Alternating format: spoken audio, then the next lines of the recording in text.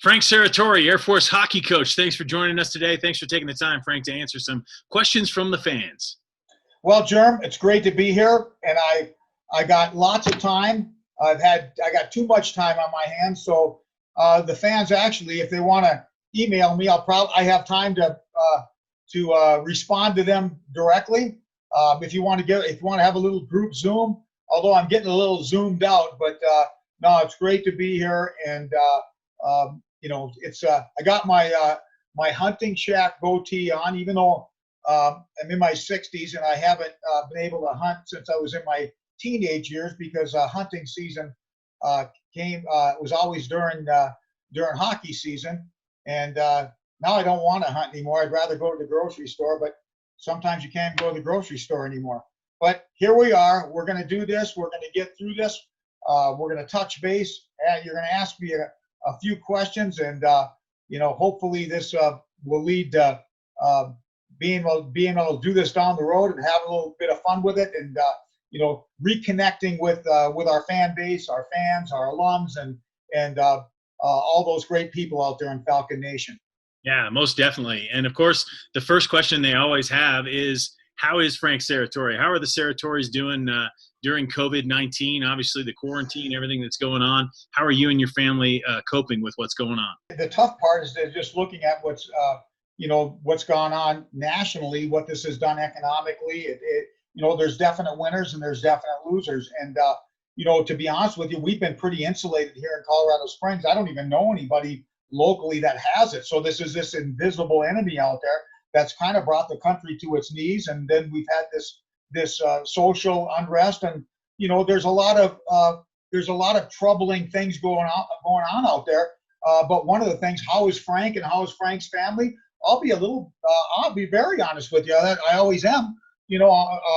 I miss my routine, and I understand this pandemic, this disease, this COVID, is a very contagious thing, and it's a dangerous thing. But we really, it's kind of been an invisible thing to us out here in Colorado. We've been pretty much, like I said, sheltered from it, immune to it, and it's changed our lifestyles.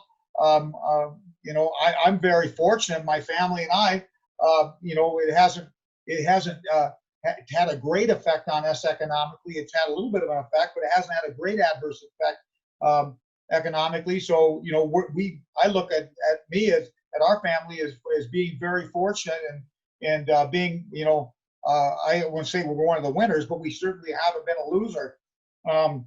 This pandemic has put the country on its knees economically, and it's unfortunate. I feel so badly for people that are in small businesses that this has affected. Obviously, there's some businesses that have been booming, but there's been a lot of businesses, a small business. I owned a small business at one time that didn't work out so well, and I know how painful that can be. So, to be honest with you, we're doing great. We've been insulated here out in Colorado, and to be honest with you, I miss the old normalcy. I miss my routine. I miss my team. I miss not having a team around. Well, what does the new normal look like for you? How do you interact with Bergie and with Coach Doyle and the players at this time? Have you been having Zoom calls? You said you're kind of sick of Zoom calls. Well, yeah. I mean, obviously we have phones, we have FaceTime, we have there's a lot of different ways that you can interact with people, and obviously Joe and Andy are the people that I interact with the most. There hasn't been a whole lot. We've done our best to stay in contact with our returning players, and we've had meetings with them, and we've had meetings with the defensemen and the forward. We've had meetings with the junior class and the sophomore class, the incoming freshman class. We've had all those types of things, and one great thing about it is all the players seem to be doing fantastic. But young people are resilient. Young people are always resilient. They're resilient to a lot of things, and I'm just optimistic that we're going to get through this. I can't wait to get our guys back here. We've been doing the best we can to communicate with one another, but to be honest with you, our workload hasn't been overly taxing. When you get into, unfortunately for, when this pandemic hit, it took away the most important part of our season. And we were playing our best hockey at that time. There's no question about it. Hey, we only won 12 games, and we won 5 of those 12 games were happened in our last 6. We won 5 of our last 6 games, and we won the first round playoff series.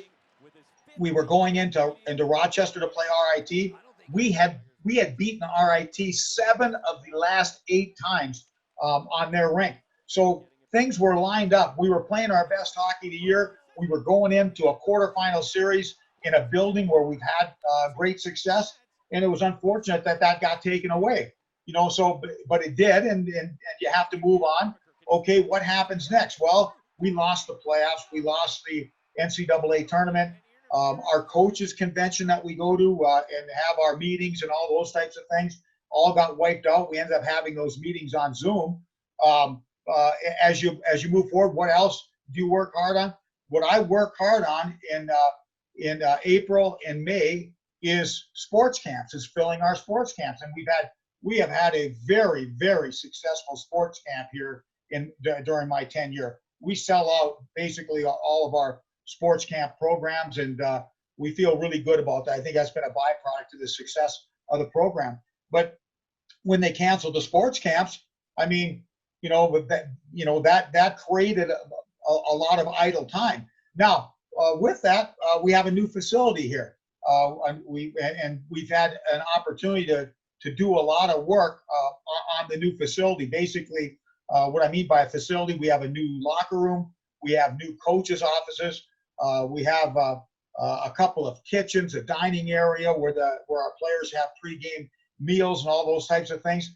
And with a new area, we've needed to furnish it, we've needed to brand it, I needed to get all my pictures and paraphernalia up, in my office and that type of thing. And we've had a lot of time to work on those things. We've been trying to control, what we can control. And now we've got the freshmen coming in here tomorrow. And you're doing our best to stay busy. I've been hesitant to do a few things. I've been hesitant I do a lot of, usually during the month of June, I do team travel, and I'm hesitant to do team travel. I don't want to have to do it twice. Are we going to have our schedule the way it is? Is it going to be a shortened schedule? Are we going to have non-conference games? There's way more questions than answers. And to be honest with you, I'm really glad that I'm not a fall sport.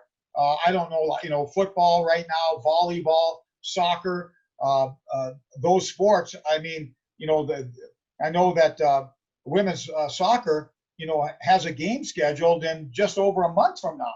And, how are they going to be able to pull that off? So hopefully by the time we get, there's a lot's going to transpire, and the rules of engagement hopefully are going to kind of be decided during the fall sports season. And then when we get into the winter, there'll be a little bit more certainty than there is right now. Like I said, there's a lot of unknowns where we've got contingency plans that we're getting from our senior staff, from the medical staff, and they're trying to cover every base. And it's quite a job. To be honest with you, it's almost it borders on being undoable. But they're doing a fantastic job, the best they can. We had a great meeting on that today. So anyway, I've been, again, keeping busy. I'm been able to work out more than I've ever worked out since I was a player myself. And buff there. You're looking good. Yeah, you know what? Good. That's good. Maybe we should do these Zoom calls all the time. If I look better on Zoom than I do in person, that works for me. But I hope that's a little bit of an overview of the spring since the season ended and where we're at right now. And again, to be honest with you, I miss my routine. I miss what was normalcy in our world and in our life. And hopefully we can get by this pandemic and everything else that's going on, and get this country back on its feet, get the schools going, get sports going again, because athletics and sports are a big part of our our country and a big part of our culture. Absolutely, they are. Before we get into some more fans' questions, I do want to ask you about Matt Pulver, Brady Tomlak, Pierce Plumer, the seniors. How did they handle their season being ended so quickly like that? And then, again, graduation basically being moved up. They had to hurry up and graduate. I know you've talked with them. You're always in contact with all your former players. How are they doing? How do they handle it? They handled it as well as you can handle it. I mean, they're strong, resilient guys, and I think everybody realized that what happened was nobody's fault, and I think what we did early on to try to flatten the curve on the coronavirus, and I think that was a very wise thing to do, and everybody had to do their part, and I think that we accomplished that. To me, the health system and the hospitals never really ever, they were busy, but they never got overwhelmed, and so I think we accomplished that, and a big part of that was shutting down things when we did. The seniors took it very well. Obviously, the underclassmen all went home, and we had those terrible tragedies here. We lost the two cadets in the spring, the two seniors, and I know that boy, that got the antennas up on all our younger guys, and all of us getting in contact our six seniors that were here on campus, and but they were good, and mentally they were sound, and they're strong, and they're mature guys, and it wasn't obviously an ideal situation. It wasn't fun for them to be here all alone, that senior class, without everybody else around. All the festivities that we always had that lead up to graduation at Falcon Stadium, all the banquets and all those types of things all got shut down, and but it is what it is, and we made the best of it. General Silveria, starting at the top, working his way down all the way to the athletic department, Nate Pine here, they all made great decisions, I think, and decisions that were based on the best interest of initially in the best interest of our seniors, getting them ready to get out and be second lieutenants, and there was a lot of thought that's gone into everything that's transpired here, and we're lucky. We're very lucky, and I wouldn't say this if I didn't mean it. We're very lucky to have the leadership that we have, from General Silveria at the top all the way down to the athletic department with Nate and Nancy and Jen Block and George and all those people. We've got great leadership, and you need great leadership all the time, but you especially need it and when times are tough, and times have been tough. A lot of tough decisions have had to be made, and thank goodness that we've had the right people in charge during this time. Absolutely, I'd have to agree with you there. Here we get into some of these fans' questions. So, what is your favorite part about coaching at the Air Force Academy? Well, I mean, there's a lot of, for me, it's multifaceted, and it's not just the academy. One of the things that brought me here prior to coming to the Air Force, I had coached some professional hockey in the International League, and but I had also coached up at the University of Denver, so I lived in Colorado. Carol and I and our kids, and we liked it. We really liked Colorado, and before I realized, what coaching at the academy was all about, when I was going to come out and interview here, just, the thought of coming back to Colorado was appealing. It was attractive to us because we just love Colorado. And I've always felt like I have kind of a kindred spirit with Colorado. And so it was great to get back here.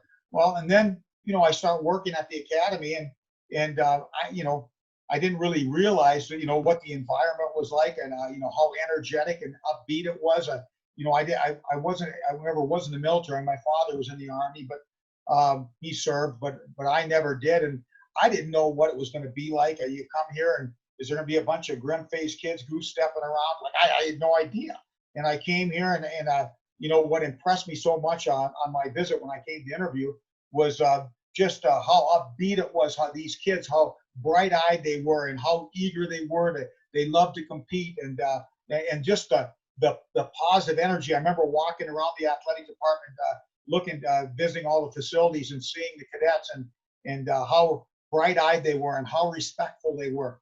And so gave me an opportunity to come and work in an environment with first-rate people like the cadets we have here, like the coaches, my colleagues are so committed to what they do here and their mission as coaches. And then also when you get on that ice, how coachable, for the most part, how coachable these cadets are, and how they're type A type kids, and they want to compete and they want to win and they want to succeed, they want to excel. They buy into the team concept things. To come to the academy and part of the Air Force, you're joining something and becoming a part of something that's bigger than yourself, and it really helps in terms of building a team. And what I mean by a team is the sum of being the team being the sum of its parts, as opposed to a bunch of individuals, or maybe even a bunch of selfish individuals that were playing in college is just a stepping stone for them to get to the professional levels. That's not what it's all about here. It's very pure. I can't imagine anywhere coaching in collegiate athletics where the coaching, the athletics is more pure than it is here. Yeah, I think I understand what you're saying. What's your favorite rink to visit in Atlantic hockey? Well, first I'd have to say Blue Cross Arena. You can't say the Jar because it doesn't exist anymore. I would say Blue Cross Arena, but we don't play there anymore. We won too many championships in Blue Cross Arena, so they moved the site. They're in Buffalo now, so now we got to try to win in Buffalo. But Blue Cross Arena in Rochester, which is the home of the Rochester Americans, and that was our where we had our Final Four. And our Final Four record at Blue Cross Arena was outstanding. It was really outstanding in championship games. We played in 7 championship games at Blue Cross Arena, and we won every darn one of them. And wow, which is unbelievable to be 7-0 championship game. I mean, it's unbelievable. I don't know any. The New England Patriots haven't done anything like that. So I'm very proud of that. That rink was very good to us. Like I said, all those championships, it still boggles my mind. And you got it. One thing about sports, Germ, and you've been doing this for a long time, and you got to have good players, and you have to have good teams. And we've had good players, and we've had good teams. But also, you got to win championships and to win as many as we won in Blue Cross Arena. You got to be good, but you also got to be lucky. And we've been lucky as well. We've been good and we've been lucky. And but Blue Cross Arena was been a fantastic place for us to play. The probably the best, without question, the best rink other than the Cadet Ice Arena is the Tate Rink at Army. It's always fun to go to Army. There's always a hostile crowd there. When we go to other places to play, there's a good portion of fans that I think that are patriotic and they don't cheer, at least outwardly cheer against us, and they don't boo us. And I think it's just out of a respect thing. They're cheering for their team and all that type of thing. So we don't go into a lot of what I would say hostile buildings. But when we go into Tate Rink and Army, it's hostile. Those Army fans are passionate, and they don't have a dislike for the Air Force, but they have a dislike for us coming in and trying to beat their teams, and they're not afraid to express that. So it's always fun to go into Army. Army's always got good teams. Brian's they're on a really good run right now. So the games are always really good, and the atmosphere is fantastic. When we're at Tate Rink at Army, it's going to be a full house. Just like when Army comes to the Cadet Ice Arena, it's going to be a full house. It doesn't get any better than that in Atlantic hockey play. You mentioned all of those championships, and what a great legacy you have at the Air Force Academy. One of the fans' question is, what is your proudest moment as the Air Force head coach? I mean, you have so many to choose from, but I'm wondering where you're going to go with this. The proudest moment. when I first came here, we had gone a couple of tough seasons prior to me coming here, where we had a losing record against Division III teams, and we played an independent schedule. So we never had all conference players. We never had any All-Americans because it's hard when you're not in a league. You can't become all conference. You can't become conference player of the year. It's hard to get nominated to be an All-American. All those types of things, and I didn't know. I felt that the program was going to get better regardless. There were good people in charge prior to me, and you're going to always have a couple years where things don't go well, especially at a mid-major like we are, Service Academy. We're not at a reload school like a Big Ten or a Power 5 type school. It's going to be more cyclical. You're going to have cycles when you get our teams generally. When we're good, we're old and we're deep. We're old and we're deep, and that's generally. And we have a good goalie, and those are the things to look for. When we're set, when we're locked and loaded to have a run or to have a good season. And so anyway, he came in and started to work and got things better right in a quick career. We got things better, and we had a real good record again. I think we were 30-4 in my first 3 or 4 years against Division III teams. So we made the decision to quit playing them and let's just play an all D1 schedule. So we went to an all D1 schedule. We got into College Hockey America with a bunch of other gypsy teams: Bemidji State, Alabama, Huntsville, Niagara, Robert Morris, Findlay. They were teams that needed a home, and so we formed a league and we got into that. And then we leveled off a little bit. And we had an opportunity to go to Atlantic Hockey, which I felt was a good move. Mike Sachs was my administrator at the time, and he helped facilitate that. And we got into Atlantic Hockey.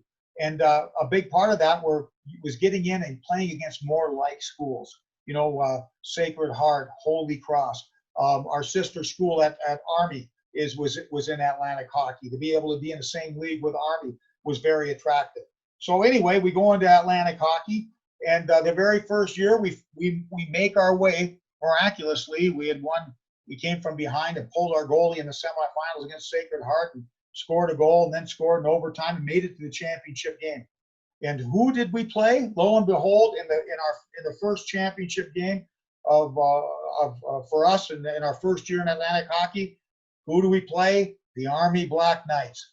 And I can tell you, that was the least amount of sleep I ever got the night before a game. It was the most stomach acid I've ever had, because that game was historic. 2 Service Academy teams playing for a championship. It would have been the first championship at either school. Whoever won that game would represent Atlantic Hockey in the NCAA tournament. That would be the first Service Academy team ever to play in the NCAA tournament. And looking back, saying, wow, when I first started building, we just wanted to compete and be able to beat some of these Division I teams. And the thoughts of competing for a championship just seemed so far away. A Service Academy team had never won a championship, had never in hockey, had never made it to an NCAA tournament.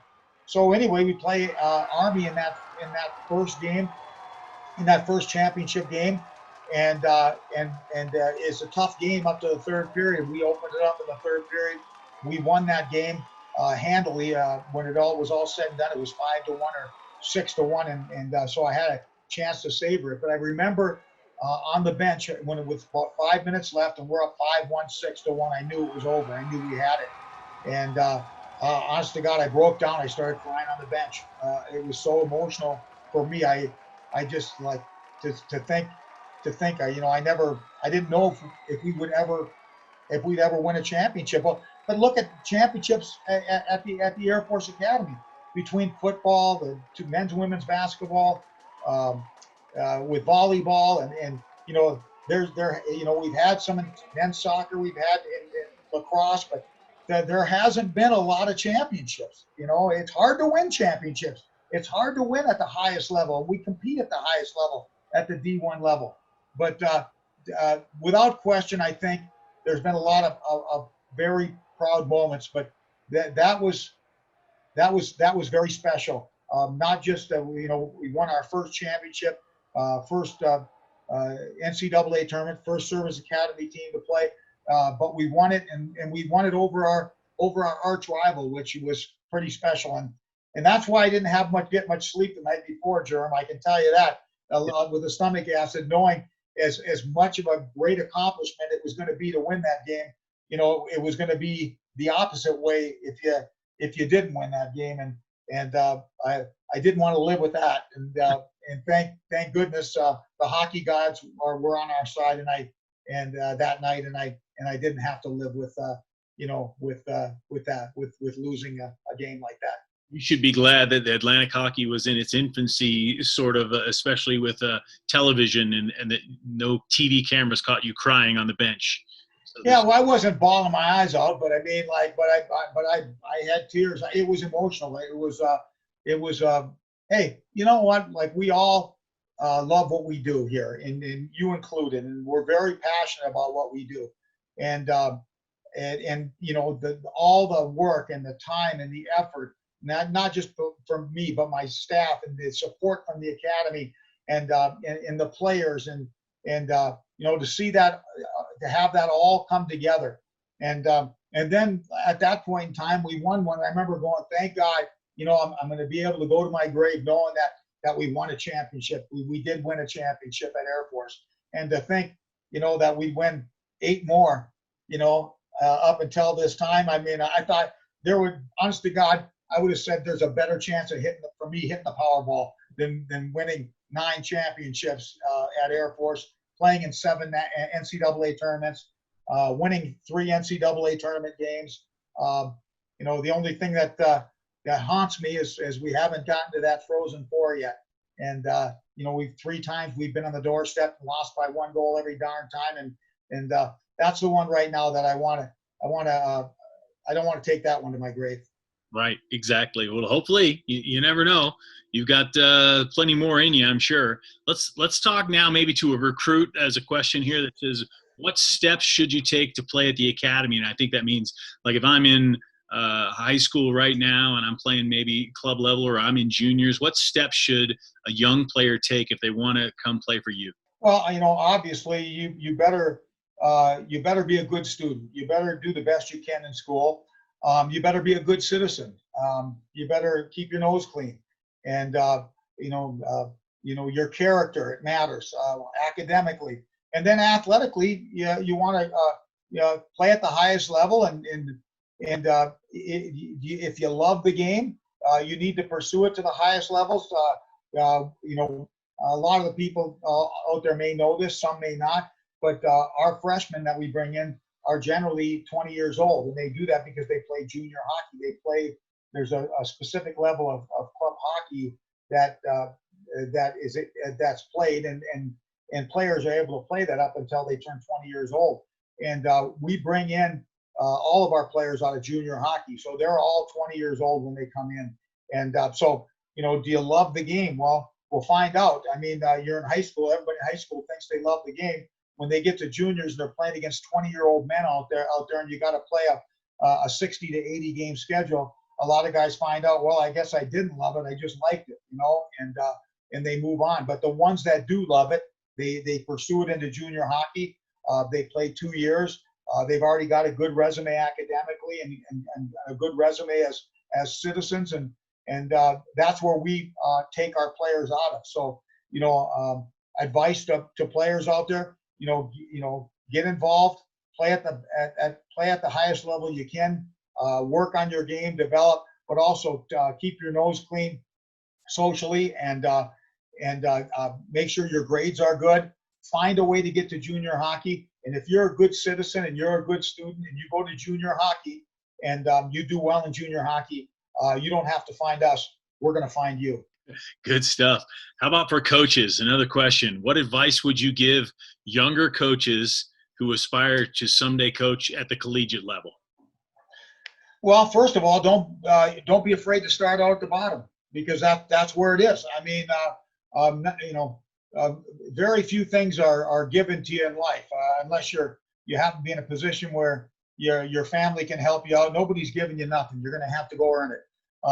Reputations are earned, good or bad. Reputations are earned.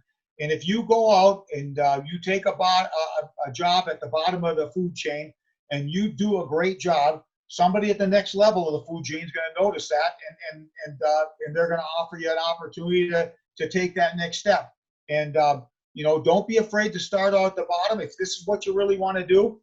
And it's not about the money. It's more important if mentor. A good mentor is way more important than the money at the young age. Hey, if you're good at what you do, you climb the ladder. Eventually, you're gonna be able to make enough money to make a living and feed your family and all those types of things. But early on, you got to go out. You got to pay your dues. Don't be afraid to start. If you're afraid to start out at the bottom, then maybe coaching isn't for you. You need to go on that bottom rung, and you need to go to work, and you need to be passionate about it. And it's got to be all about becoming the best coach you can. If you have an opportunity to get a job with somebody that's a proven coach and that can be a high level mentor to you, take advantage of that opportunity. And like I said, eventually, when you look at the guys that are coaching at the collegiate level, coaching professionally, hey, none of us started out at the top of the food chain. None of us did. And I don't want to bore people to go back to my meager start and beginnings, but I made so little money coaching in my first job that I had to substitute teach. I had to have a couple jobs to be able to make ends meet. But it didn't bother me. It didn't matter because I wanted to coach. I knew I wanted to coach, and I just never really thought a lot about the money. I made enough to be able to pay my rent and get gas in the car and buy some lunch meat, and that was good enough for me. And thank goodness when looking back at it all paid off. But I just think that's the American dream, and I really believe, regardless of what you want to be a doctor, a lawyer, a congressman, you want to be a plumber, you want to be a carpenter, you want to be this, you want to be that. Like, all that's available to you out there, but you just got to go out and get it. I really believe that I made it to where I made it because this is what I wanted to do. I wanted to be a collegiate hockey coach, and that's all I ever wanted to be. I never really wanted. I coached in the pros for a while, but I never really had a passion to coach professional hockey. I wanted to coach college hockey like my mentor Bob Peters at Bemidji State. I got on that path, and I went to work and never strayed from it. And I really believe that all of us have something that that we're good at, something that we were meant to be, something that we were meant to do. And you just have to go out and get involved with it and get after it and do it. And if you love it, it's not a chore, and it's not a sacrifice not to make a lot of money. And eventually, I really believe if you're good enough and you're determined enough, you will make it in whatever endeavor it is. It's a good word, Frank. I do have to back you up a little bit though, because you said substitute teacher, right? What did you teach? And whatever they wanted me to. They would whenever a teacher was sick, or whenever whenever they were sick or they couldn't come to work, they'd call me, and sometimes it was in the high school, sometimes it was in the grade school, sometimes it was in the middle school. I substitute with special ed. I did a lot of special ed. I did, and so you put your name in those school districts, and they call you, and they called me a lot because they knew that I'd come, and that's where I needed to make a few bucks to get some gas in my car and buy a little lunch meat. But it was all worked. It all worked out. It was a great experience. Jerm, I've done a lot of things in my life. I worked a lot of labor jobs when I was younger. I worked in the iron mines. I worked concrete construction. I worked for the city. I worked for the county. I worked a lot of jobs growing up. And I think, part of finding out what you want to do is finding out what you don't want to do. And those were good experiences for me.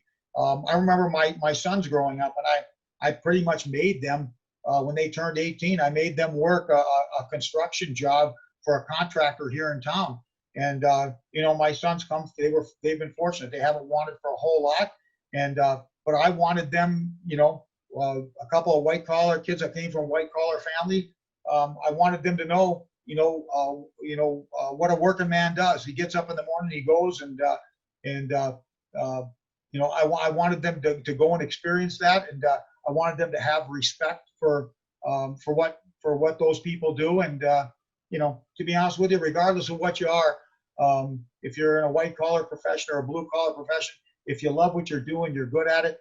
I'll tell you, this guy on this side of the screen that you're looking right now at has a lot of respect for you.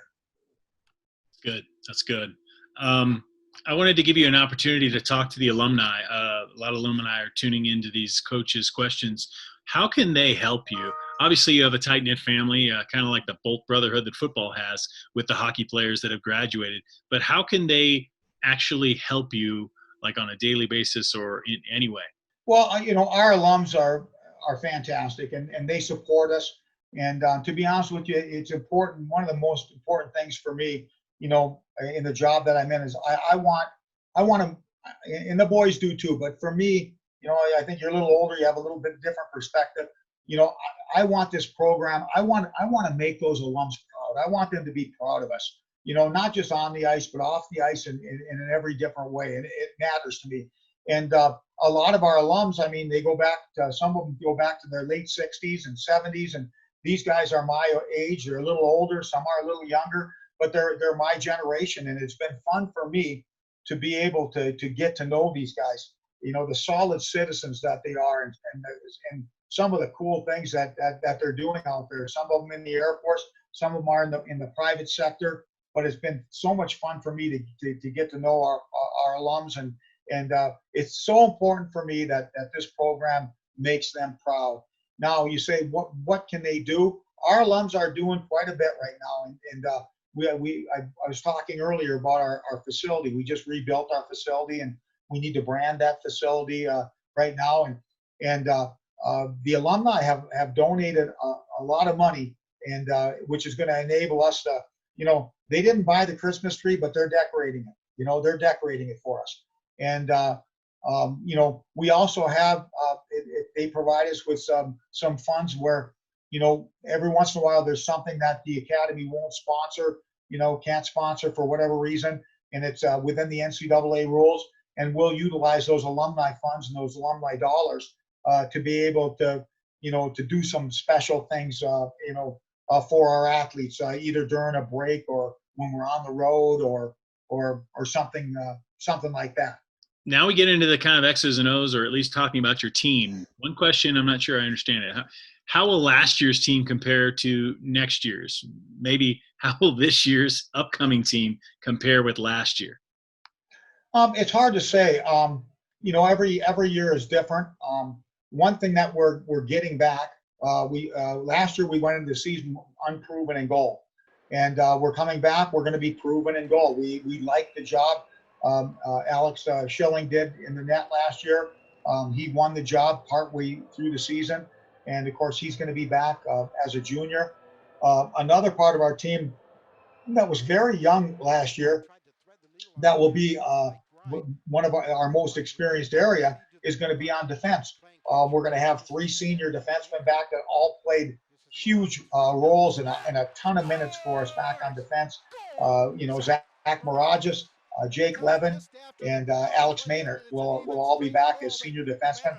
And we've got four rising freshmen, 4 in our sophomore class that did an outstanding job for us. The headliners, and that was Brandon Cook, who made all league 3rd team as a freshman. We haven't had many freshmen make an all league team, and Brandon Cook did. And man, is he good on the power play. And of course, his brother Matt was a great player for us as well. So we've got Brandon coming back, and then Luke Rowe did a fabulous job coming on. Didn't really get a chance to play much until the second half, and when he got in there was no stopping him, and he came in and he was a terrific compliment to Cook. He's more of a blue collar guy. Cook's a little more of a white collar guy, and Cook's a little more offensive, and Rose, a little bit more defensive. Although he has a great shot, and then we had back we had Weigel also there, and Cruz also. So we got 4 freshmen defensemen. So we got 3 seniors coming back in defense. We've got 4 sophomores that all got experience, and we got 3 really good freshmen coming in. We got 3 really good freshmen, so we should be pretty darn solid on defense last year. We have an experienced goaltender. Where it's going to be a little bit, where we're going to be a little green, a little young, is going to be up front. We graduated 6 seniors last year. Every one of them was a forward, and I think we've got some good talent up on the forward lines. We're just going to be a little bit young. We have a couple of older guys that are going to be coming back up front, but for the most part, our best producers last year that are coming back were our freshmen that are going to be sophomores. 2 that come to mind: Willie Ryan and Luke Manning. Blake Bride is a good. We had I don't even want to go in there because we have all of our freshmen forwards last year that were going to be sophomores. Our freshman class was really good, and they're all that sophomore class is going to be big contributors. Like I said, we got the 4 defensemen. We got 6 forwards in that class. We're a little green. We're a little light up front. With juniors and seniors. So anyway, what's it going to look like? Who knows? Are we going to be able to score enough goals? We should be a little bit better at keeping them out of our net this year with experienced goaltender and a little bit older decor. Are we going to be able to score enough goals up front? We'll find that out. But also, hey, we don't rely on just our forward scoring. We rely on group of 5 play, on 5-man offense, and we've got some good offensive defensemen. We got some forwards with good skill sets, and we'll have to score by committee. We're not going to have a line filled with NHL draft choices that are going to do 75% of our scoring. That's not how we're built. And but we should have good depth. It should be, Germ. I think it's going to be a fun team to get behind because I think there's a lot of upside with it. Hey, we have a junior goalie. We have 3 senior defensemen and 4 experienced sophomore defensemen. Whoop, the lights went out on me there. And we've got a good mix of forwards up front. So I think it's going to be a team that and not dissimilar to teams in the past. We usually are, but I really think that this team is going to play its best hockey. You're going to see them play their best hockey in the second half of the year. You look at our freshmen last year. When did they really come into their own? When did they come into their own? Later in the year. in the second half of the year. Yep. And but that's the freshmen have it so tough here. They come in at basic training. Hey, our guys are coming in for basic training tomorrow, and really they're going to go through. Then they're going to start school, and then we're going to start playing, and then they really don't get a chance to catch their breath until Christmas break in December.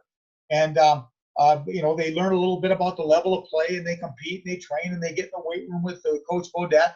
But they really don't get a chance to catch their breath until that Christmas break. And you generally see our younger players, contribute a lot more in the second half than they do in the first half.